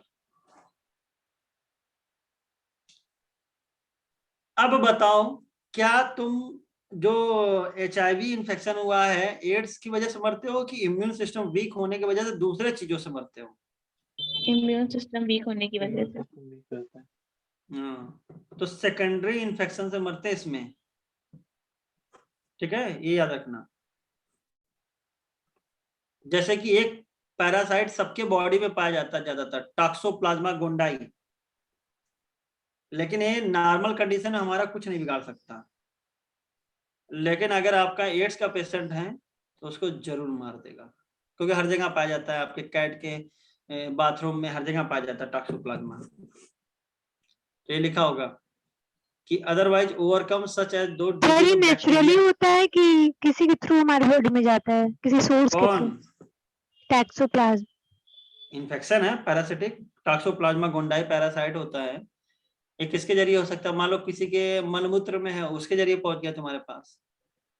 ठीक है, कंटामिनेटेड होता है, कंटामिनेटेड फूड इन सब के जरिए पहुंचेगा। Okay sir. बस इतना याद कर सकते हो, टॉक्सोप्लाज्मा गोंडाई लिख सकते हो।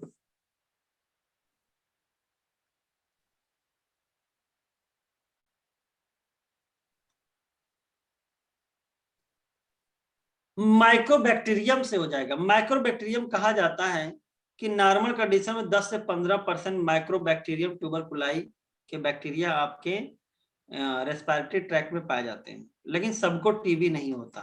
यानी हमारे इम्यून सिस्टम उसको क्या किया रहता, मारे रहता, दबाए रहता। लेकिन जैसे ही आपको क्या हुआ, HIV हो गया तो इम्यून सिस्टम वीक हो गया, तो क्या हो जाएगा, मर जाएगा ट्यूबरकुलोसिस से भी। डायग्नोस्टिक टेस्ट इसके लिए कौन सा किया जाता है बेटा? एलिजा। ट्रीटमेंट क्या की सकते हो? Treatment of AIDS with anti retroviral drug is only partially effective. मतलब जो एंटी रिट्रोवायरल ड्रग जो दिए जाते हैं वो क्या होते हैं बेटा? खाली पार्शली इफेक्टिव, मतलब क्योर नहीं करेंगे। हो सकता है कि अगर 15 दिन जीने वाले हो तो 20 दिन जी जाओ, ऐसा हो सकता है। चाहो तो दवा का नाम लिखना तो लिख लो, एजाइडोथाइमिडीन। कहाँ लिखा है? AZT, एजाइडोथाइमिडीन।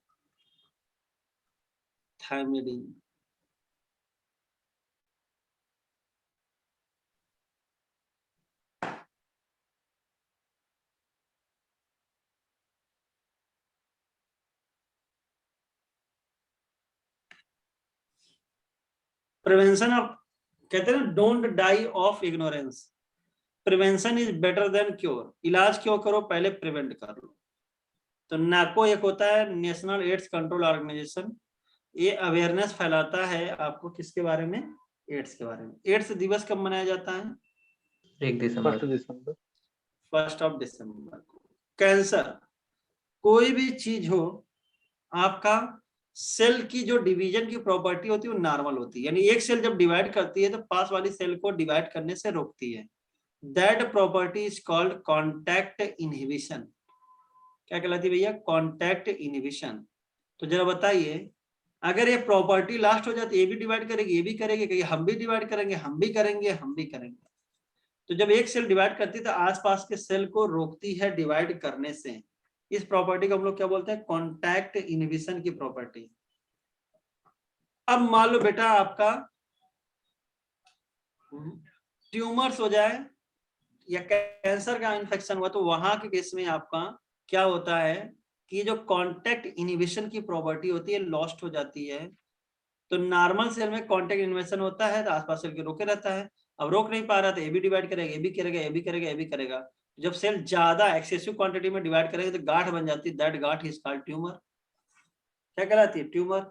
और ट्यूमर दो प्रकार के होते हैं, ट्यूमर दो प्रकार के, एक होता है बिनाइन और एक होता है मैलिग्नेंट। बिनाइन ट्यूमर क्या होता है? Localized. हाँ, अगर मान लो एक जगह है तो वही रुका रहेगा शुरुआती शाखा में। मैलिग्नेंट बहुत खतरनाक होता है, इसमें एक प्रॉपर्टी आती है मास से मैलिग्नेंट, मास से मेटास्टेसिस। मेटास्टेसिस बोलते हैं most fear property of malignant tumour. क्यों होती है? क्योंकि ये डीलोकलाइज हो जाती है। डीलोकलाइज मतलब कि अब मान लो तुम्हारे हाथ में है तो फैल के हर बॉडी पार्ट में पहुंचने लगेगी ब्लड के जरिए। ब्लड के जरिए सेल्स कुछ निकलेंगे, आगे जाएंगे और जहां बैठेंगे वहां पे नया ट्यूमर बना देंगे। और ये बताओ, ये ट्यूमर में सेल्स होती हैं, ये डिफरेंशिएटेड होते हैं कि नॉन डिफरेंशिएटेड होती हैं? नॉन डिफरेंस, यानी ये काम नहीं करेंगी, खाली वहां ट्यूमर बना रहा, काम नहीं करती हैं, बहुत तेजी से डिवाइड करती हैं। ऐसे एजेंट जो कैंसर कॉज करते हैं उसको क्या बोलते हैं? कार्सिनोजेन। कार्सिनोजेन। ठीक है। क्या आयोनाइजिंग और नॉन आयोनाइजिंग दोनों कैंसर कॉजिंग है कि सिर्फ आयोनाइजिंग है? दोनों होते हैं। दोनों आयोनाइजिंग, नॉन आयोनाइजिंग रेडिएशन कौन होता है बेटा तुम्हारा? UV ray. यूवी और आयोनाइजिंग रेडिएशन कौन होता है तुम्हारा? X ray. X rays and gamma rays. ठीक है। और वायरस भी होते हैं जो कैंसर कॉजिंग हो सकते हैं, उसको बोलते हैं ऑन्कोजेनिक वायरस या वायरल ऑन्कोजेन। कुछ जीन होते हैं जिसका नाम होता है सी ऑन्कोजीन या प्रोटो ऑन्कोजीन। और प्रोटो है तो एक्टिव होगा कि इनएक्टिव होगा? इनएक्टिव तो होगा। नॉर्मल, हाँ इनएक्टिव होगा। और इसको कुछ ऐसे क्या होते हैं, एजेंट होते हैं जो ऑन्कोजेनिक ट्रांसफॉर्मेशन ऑफ सेल में बदल देते हैं। तो कहते हैं कि अगर ये जीन बदल जाएगा, आपका प्रोटो ऑन्कोजीन बदल जाएगा ऑन्कोजीन्स में, तो ये किसमें काम हो जाएगा बेटा तुम्हारा? बोलो। ये तुम्हारा कैंसर कॉजिंग हो जाएगा। कोई भी एजेंट ऐसा काम कर सकता है, तो उसको बोलते हैं carcinogens. Any agent that can cause cancer that can be called as carcinogens. कभी कभी क्वेश्चन पूछा जाता है कि अगर कैंसर हो जाए तुम्हारा इपिथेलियल टिश्यू का, तो उसको हम लोग क्या बोलते हैं? कार्सिनोमा। कार्सिनोमा। ठीक है। और अगर तुम्हारा हो जाए मीजोडर्मल का, मीजोडर्मल टिश्यू जो हो, टेंडन हो गया, कार्टिलेज हो गया, बोन हो गया, एडिपोज टिश्यू होगा, उसको बोलते हैं सार्कोमा। तो एक पॉइंट लिख सकते हो, carcinoma epithelial tissue, mesodermal derive tissue में सार्कोमा। और एक वो होता है ल्यूकेमिया। ये कौन सा कैंसर होता है? Blood cancer. Blood cancer.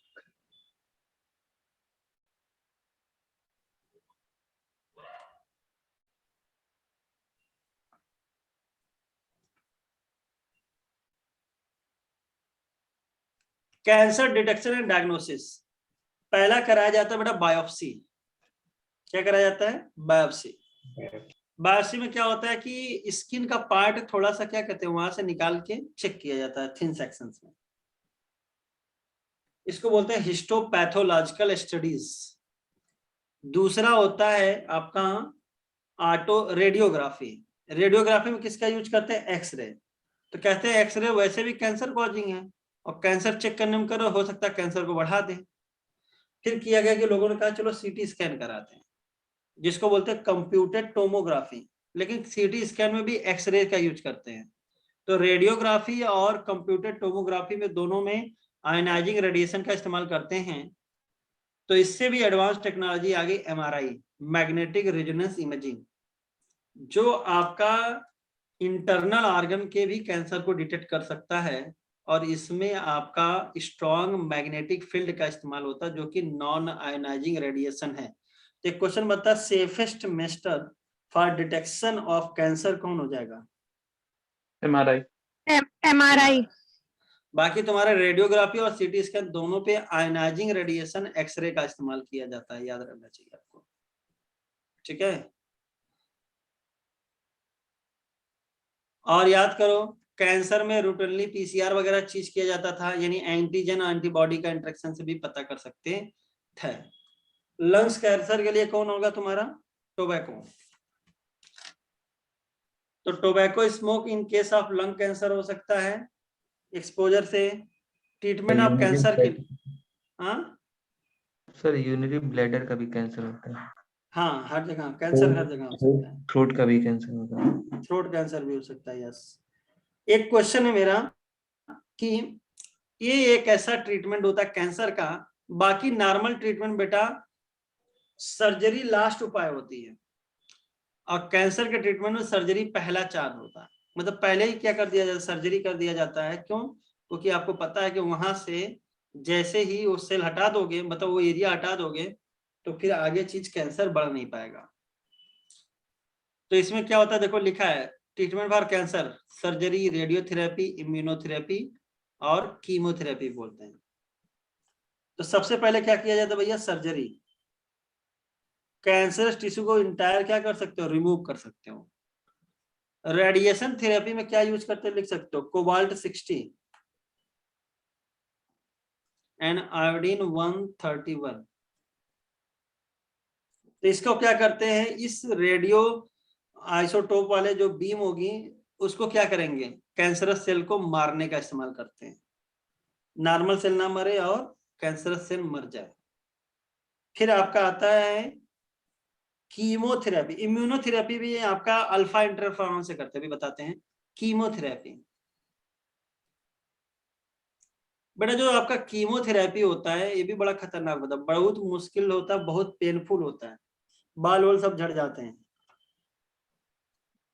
इसमें एंटी कैंसर ड्रग दिया जाता है जो सेल डिवीजन को इनहिबिट करता है, जिससे डीएनए सिंथेसिस नहीं होगी, सेल डिवाइड नहीं करेगा। कोई एंटी कैंसर ड्रग का नाम बताओ जो तुमने उसमें पढ़ा हो। हाँ, विनक्रिस्टिन एंड विनब्लास्टिन। विनब्लास्टिन। ये ल्यूकेमिया में, ब्लड कैंसर में यूज किया जाता है। Yes sir. कैथेरेंथस रोजियस।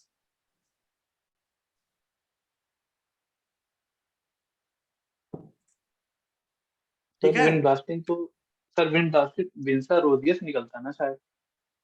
उसी का नाम है यार, अच्छा उसी का। पिंका रोजिया, विनब्लास्टिन, विनक्रिस्टिन।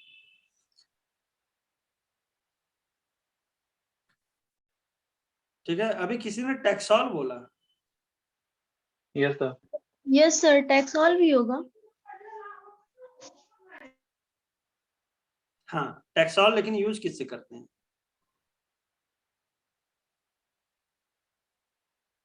टैक्सॉल कहाँ से निकलते हैं? टेक्सास बकाटा। हाँ ठीक है, बहुत सारे प्लांट होते हैं, टेक्सास याद कर सकते हो।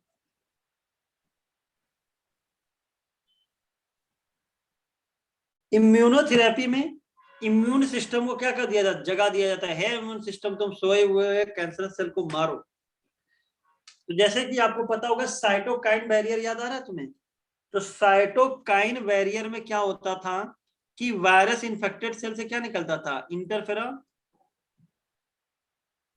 और ये इंटरफेरॉन क्या करता था? इम्यून सिस्टम को जगा देता था, जिससे कि वायरस की मौत कर दी जाती थी।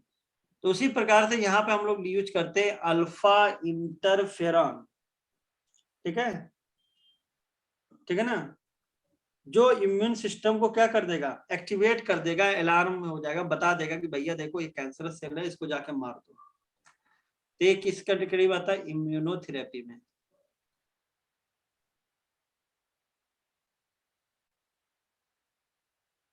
अल्फा इंटरफेरॉन किस में आता है? इम्यूनोथेरेपी में।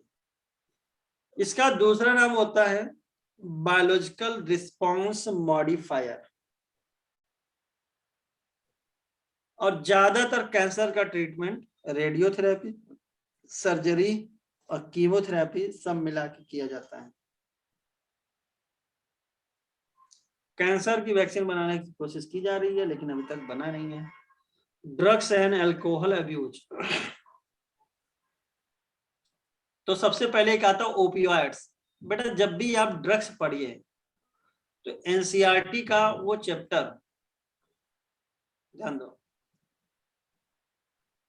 बताओ कौन सा चैप्टर, कौन सा एनसीईआरटी में है? केमिस्ट्री का सर वो है तो था नहीं। अरे तो हमको चैप्टर तो पता ही है, chemistry in everyday life, yes sir. लेकिन वो कौन से एनसीईआरटी में है? फर्स्ट 11th 11 सर, 11 का सेकंड, NCERT। बहुत बढ़िया। 11 का सेकंड, ठीक है। हाँ, chemistry in everyday life chapter जरूर पढ़िएगा आप, ये वाला चैप्टर, तब आपको मजा आएगा। मजा क्या आएगा? देखो यहाँ पर ड्रग्स दिया गया है, तो ये पूरी ड्रग की कहानी बताई गई यहाँ पे।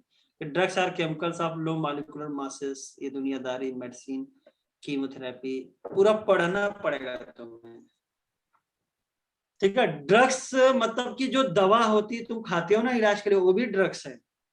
और जो हीरोइन वगैरह है ना, जो नशा वाले होते हैं, वो भी ड्रग्स है। तुम कहोगे सर ये क्या बात होगी, दोनों ड्रग है, इलाज वाला भी ड्रग है, ये भी ड्रग है। तो अंतर बताते रहे आपको। अंतर बेटा ये होता है कि एक होता है नारकोटिक्स, एक होता है नॉन नारकोटिक्स। नारकोटिक्स की कैटेगरी में वो ड्रग आते हैं जिसका लत लग जाए, ठीक है, और लत वाली चीजें खराब होती हैं। तो ड्रग्स आपको देखना होगा, यहाँ पे ड्रग इंटरेक्शन वगैरह पूरा बताया गया होगा। एंजाइम देख लो, बायोमॉलिक्यूल में क्या एंजाइम बताया होगा, सब यहाँ पे बताया जाता है। रिसेप्टर और ड्रग कैसे काम करते हैं पूरा इसमें बताया गया है। अब एंटासिड ड्रग होते हैं, ड्रग वो जो यूज किया जाता है आपका अगेंस्ट हाई एसिड कंडीशन के लिए, हिस्टामिन, समेटाडीन, रेंटिडेन, सब एंटी हिस्टामिनिक ड्रग्स। देखो तुम पढ़ते हो ना, यहाँ पे लिखा जाता है क्लोरफेनामाइन, ब्रोमफेनामाइन, टर्फिनाडीन, सिल्डेन वगैरह यूज किया जाता है, ठीक है। डीमेटैप उसका नाम होता है।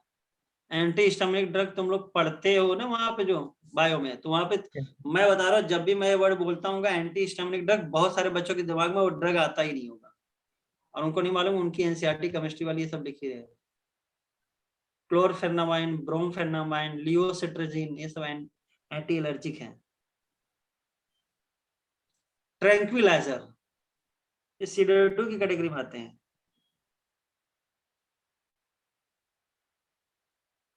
वैलियम, सेरोटोनिन, सेकोनेल, वेरिन, सेक्रोनिन। अब देखो ये है नारकोटिक्स और नॉन नारकोटिक्स वाला। तो नारकोटिक एनाल्जेसिक मतलब कि दवा तो है, एनाल्जेसिक मतलब होता है, एल्जेसिक मतलब होता है पेन, उसके अगेंस्ट यूज करने वाले बोलते हैं नारकोटिक एनाल्जेसिक्स। इसमें आपके देखो मॉर्फिन है, हीरोइन है और कोडीन है, और तीनों का स्ट्रक्चर है। तो जरा देखो हीरोइन और कोडीन में क्या अंतर आ रहा है, मॉर्फिन और हीरोइन और कोडीन में देखो अंतर, जो हम क्या बोलते रहते थे एसिटाइलेशन से और मिथाइलेशन से। Yes sir. ये कुछ फालतू चीजें नहीं, ये सब वही था। तो इसका देखो मॉर्फिन का क्या कर दिया गया, डाई एसिटाइलेशन, एसिटाइलेशन। तो क्या बन गया तुम्हारा हीरोइन। हीरोइन। और यहाँ पे देखो मॉर्फिन का क्या कर दिया गया, मिथाइलेशन, तो क्या बन गया तुम्हारा कोडीन। क्वेश्चन भी था, केमिस्ट्री में इस बार क्वेश्चन भी था। एंटीबायोटिक्स तुम लोग वहां पढ़ते हो तो निपट जाते हो। सल्वर्सन जैसे है ना, ये साइफिलिस के लिए यूज किया जाता है। First antibiotic sir.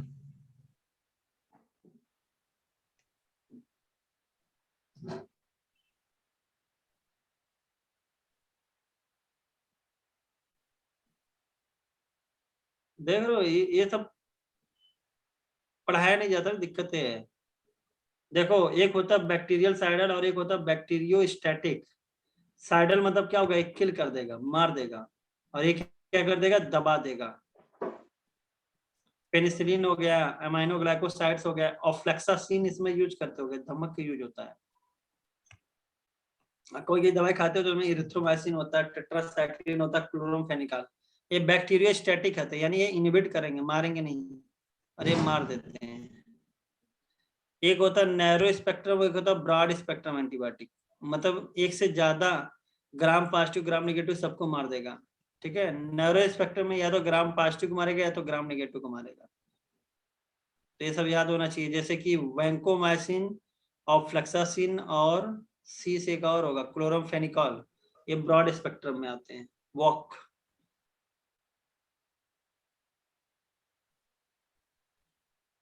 Anti fertility acidity, खत्म। ये सब पढ़ते हो ना, स्वीटनिंग, आर्टिफिशियल स्वीटनर वगैरह, ये पढ़ लेना, 1-2 क्वेश्चन हर साल आता है। एस्पार्टेम याद कर सकते हो, एस्पार्टेम जो तुम्हारा होता है ना, ये स्वीटनिंग एजेंट बहुत ज्यादा होता है। और टेम्परेचर के लिए कौन सा होता है? सर स्टेबल होता है कूलिंग टेम्परेचर पे। Yes sir, temperature cool temperature पे यूज किया जाता है, हाई टेम्परेचर पे कूल नहीं टेम्परेचर इस्तेमाल, पे चाहिए। जैसे आइसक्रीम वगैरह बनाने में। ये यार कौन एक होता है जो टेम्परेचर स्टेबल होता है? एलिटेम, लूज होगा। एलिटेम होता हाँ, है, एलिटेम। देखो एलिटेम देखो सर, लिखा एलिटेम। भी है, it is more stable than aspartame. Yes sir. Rajeev क्या लिखा? सिस्प्लेटिन ड्रग है तो कैंसर के लिए। हमने कहाँ कहा कैंसर के लिए, ट्रीटमेंट के लिए था, ये एड्स के लिए नहीं है। फूड प्रिजर्वेटिव वगैरह पढ़ सकते हो। सोप, ये जो तुम लोग पढ़ते हो ना, सोप, एस्टरिफिकेशन, यस ये सर। सब यहाँ पे देखो, सोप कैसे बनता है, पूरी दुनिया बनाई गई है यहाँ पे। खत्म। एक्चुअली पूरा नहीं पढ़ना होता, लेकिन चीजें तो आप लोग कई बार पढ़े हो तो ध्यान दे देना भैया। ये चैप्टर पढ़ लोगे तो उसको आसान हो जाएगी तुम्हारा, तो तुम्हारा केमिस्ट्री भी तैयार हो जाएगा, बायो भी तैयार हो जाएगा। सर ये 12th की सेकंड एनसीईआरटी है, 12th की सेकंड एनसीईआरटी है। जो भी हो, तुम लोगों ने हमें बताया, लेकिन हम चालाक निकले ना तुमसे, हमने खोल दिया ना एनसीईआरटी। सर हमने बोला था 12th की सेकंड एनसीईआरटी। तुम लोग 11 12 बोले, अब तुम्हारे चक्कर में पड़ते तो हम एनसीईआरटी के साइट पे जाके नहीं खोलते। सर आप पूछे 11th की कौन सी एनसीईआरटी है?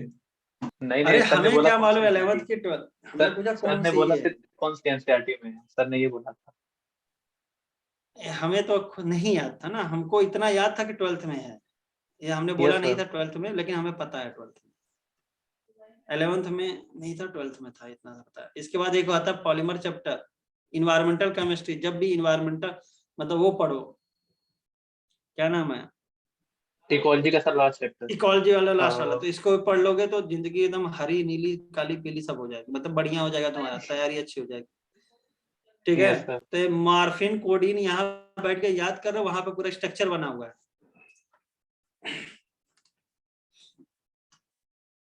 एक्चुअली जब बायो आता है तो बायो की तरह दिमाग सोचने लगता है। और यहाँ पे देखो मार्फिन का स्ट्रक्चर वही वाला दिया है जो वहां दिया है केमिस्ट्री में। ठीक है, ये मार्फिन का स्ट्रक्चर। तो यानी यहाँ पे क्या कर लोगे, ACO कर दोगे तो क्या बन जाएगा, हीरोइन। और यहाँ पे CH3 लगा दोगे तो क्या बन जाएगा, कोडीन। तो ये तो याद रहेगा कि बोल दे, पूछ ले। चलो बताओ। हाँ, हीरोइन वाला ऐसे याद कर लेना, पॉपी प्लांट पैपावर सोमनीफेरस से निकालते हैं, ओपियाइड रिसेप्टर होता है, सेंट्रल नर्वस सिस्टम और GIT में प्रेजेंट होता है। हीरोइन को कॉमनली हम लोग बोलते हैं स्मैक। और कैसे बनता है, डाइएसिटाइलेशन ऑफ मॉर्फिन। हीरोइन कैसी होती है, गोरी होती है। कैसी होती है सर वाइट एमोर्फस पाउडर। हाँ, चमकती है, क्रिस्टलाइन होगी। ठीक है, यस सर। बोलने में कड़वी होगी, बिटर, ऑर्डरलेस होगी। ठीक है, और हीरोइन जब देख लेते हो तो तुमको लगता है काश हमारी भी जिंदगी ऐसी होती, तुम डिप्रेस हो जाते हो, यानी तुम्हारी बॉडी फंक्शन स्लो डाउन हो जाती है। कैनाबिनॉइड होता है, ये केमिकल होते हैं, कैनाबिस सटाइवस आते हैं, और ये तुम्हारा ब्रेन में इसका रिसेप्टर होता है। अब ये नेचुरल कैनाबिनॉइड जो होते हैं, inflorescence of the plant cannabis sativus आते हैं, लेकिन इसका फ्लावर टॉप, लीफ, रेजिन सब कुछ वेरियस कॉम्बिनेशन यूज कर लिया जाता है। क्या क्या बनाया जाता है, मैरिजुआना, हशीश, चरस एंड गांजा। जनरली किससे लेते हैं, इनहेलेशन या ओरल इंजेक्शन। और ये कार्डियोवैस्कुलर एक्टिविटी को क्या करते हैं, इफेक्ट करते हैं। तो चरस, हशीश, गांजा तुम लोग खाए ही होगे, पता ही होगा इसके बारे में, बताने की क्या जरूरत है, बोलो। नहीं खाए हो, बहुत बड़ी चीज है सर, ये सब नहीं खाए हैं। मतलब इसका मतलब तुम लोग छोटी चीजें खाए हो। तो ये बेटा ये सब आप पढ़ लीजिएगा, केमिकल स्ट्रक्चर वगैरह। और ए वाला इंपॉर्टेंट लाइन हो जाता है, जो drugs like barbiturate, amphetamine and benzodiazepine, ये याद होना चाहिए आपको। इरिथ्रोजाइलम कोका से क्या निकलता है? कोका एल्कलॉइड, कॉमनली हम लोग इसको कोक या क्रैक कहते हैं। तो जो ये कोका कोला वाला कोक मत समझ लेना, ठीक है ना। Yes sir. और हेलुसिनोजेनिक प्रॉपर्टी होती है, याद रखिएगा, एट्रोपा बेलोडाना में भी होती है, धतूरा से निकलता है, धतूरा, और धतूरा से भी हेलुसिनोजेनिक प्रॉपर्टी देखने को मिलेगी। इंसोम्निया, अनिद्रा होती है, अनिद्रा को ट्रीट करने के लिए हम लोग यूज करते हैं तुम्हारा ये सब मॉर्फिन वगैरह, सिडेटिव पेन किलर्स होता है। सर यानी कुछ सर्जरी ड्रग्स वो खरीदते हैं हम लोग मेडिकल स्टोर से, वो भी यूज करते हैं ड्रग अब्यूज में, नाम पता नहीं नाम। जैसे कि तुम्हारा ये हो गया ड्रग, क्या तुम कफ सिरप ही यूज कर सकते हो, कोडीन सर। सर वहां पिल्स पे आते कोडीन, हैं।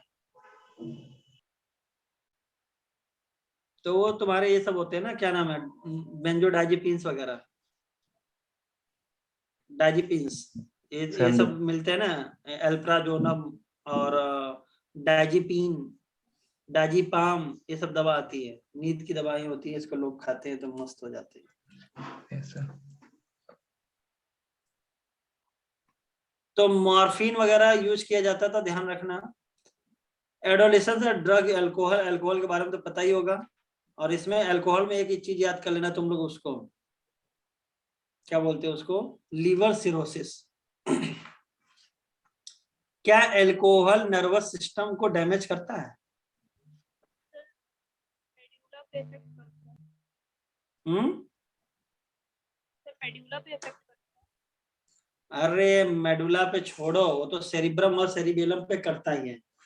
जब अल्कोहल इंटेकर हो जाता बंदा, तो उसकी जो दिमागी शक्ति होती है वो छीड़ होती जाती है, यानी सेंट्रल नर्वस सिस्टम को डैमेज करता है। और सेरिब्रम को अफेक्ट करेगा तो बोलने में लड़खड़ाने लगेगी आवाज, और जब सेरिबेलम को होगी तो चाल लड़खड़ाने लगेगी, ठीक है। तो आपने देखा होगा जो अल्कोहलिक पर्सन होते हैं वो ठीक से चल भी नहीं पाते हैं और बोल भी नहीं पाते हैं, देखा है कि नहीं देखा? Yes, sir. देखा है सर। Yes sir. तो भाई अब नेक्स्ट आपका जो 2 चैप्टर बना है वो पूछेंगे उसको, तो आप तैयार रहिएगा, पढ़ के आइए थोड़ा सा। सर एडिक्शन एंड डिपेंडेंसी का लास्ट वाला पैराग्राफ बता दीजिए sir. Last para withdrawal syndrome. Yes sir. देखो विड्रॉल में ये होता है ना, जब कोई चीज छोड़ दोगे तो बहुत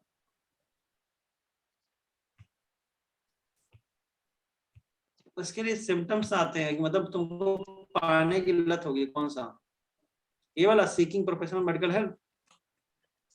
sir drug addiction and dependency का लास्ट डिपेंडेंस वाला था इसके पहले। सर पढ़। ये वाला डिपेंडेंस, यस सर। तो याद कर लेना, डिपेंडेंस इज द टेंडेंसी। अब डिपेंडेंसी हो गई, मान लो इसको बोलते हैं लती, हिंदी लिखो तो समझ में आएगा। अब ऐसे पर्सन को जो लती है, जो रोज अल्कोहल यूज कर रहा है, शराब पीता है, अब उसको क्या करो, रेगुलर रोज उसका जो ड्रग या अल्कोहल का है उसको क्या कर दो, डिसकंटिन्यू कर दो। अब उसको जैसे ही रेगुलर डोज को तुमने क्या कर दिया, डिसकंटिन्यू कर लिया, वो भी कैसे किया, अब्रप्टली। अब्रप्टली मतलब होता है कि आपने मनमाने ढंग से जबरदस्ती रोक दिया, जाओ बेटा आज तुमको ना मिलेगा, उसको बांध दिए मान लो, या रोक लिए कैसे भी। अब वो पर्सन क्या होगा, उसका देखना एंजाइटी आ जाएगी उसके अंदर, सेकीनेस मतलब पागलपन आ जाएगा, झिड़क हो जाएगा, नौजिया हो सकती है उसको, उल्टी हो सकती है, स्वेटिंग, उसको पसीना निकलने लगेगा, मतलब वो परेशान हो सकता है। और अगर उसको देखा तुमने कि परेशान हो गया, लाओ यार दे देते दया करके, और जैसे उसको दोगे तुरंत ही कहते which may be relieved when use is resumed again, और दोबारा उसको दे दोगे। एडिक्शन एंड डिपेंडेंस, देखो डिपेंडेंस टेंडेंसी मतलब होता है कि आप, एडिक्शन मतलब होता है लत, और लत डिपेंडेंस का क्या है, हायर फॉर्म है, बस इस बात, ठीक है। more Yes, will be dependent, more will be the you lati. ठीक है, yes sir, समझ में आ गया ना? yes sir. सर पहले एडिक्शन होगा फिर डिपेंडेंसी आएगी। नहीं यार, पहले डिपेंडेंसी आएगी, धीरे धीरे तुम क्या हो जाओगे, एडिक्टेड हो जाओगे।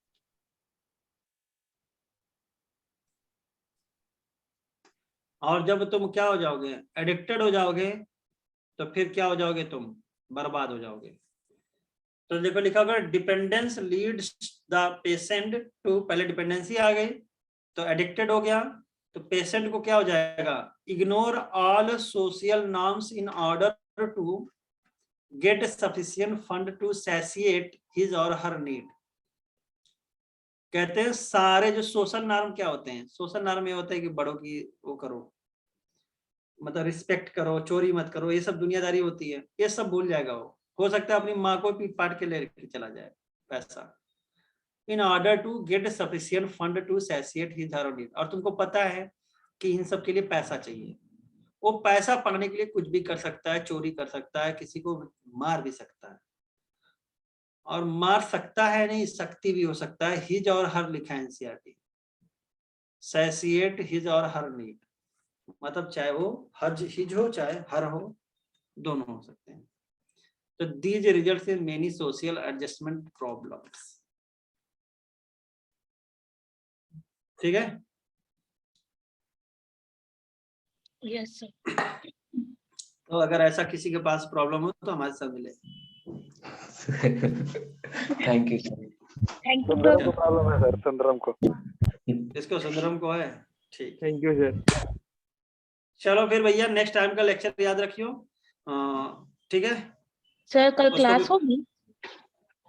कल देखते हैं उसका सर, क्या रैपिड फायर होगा तो हो सकता है ना।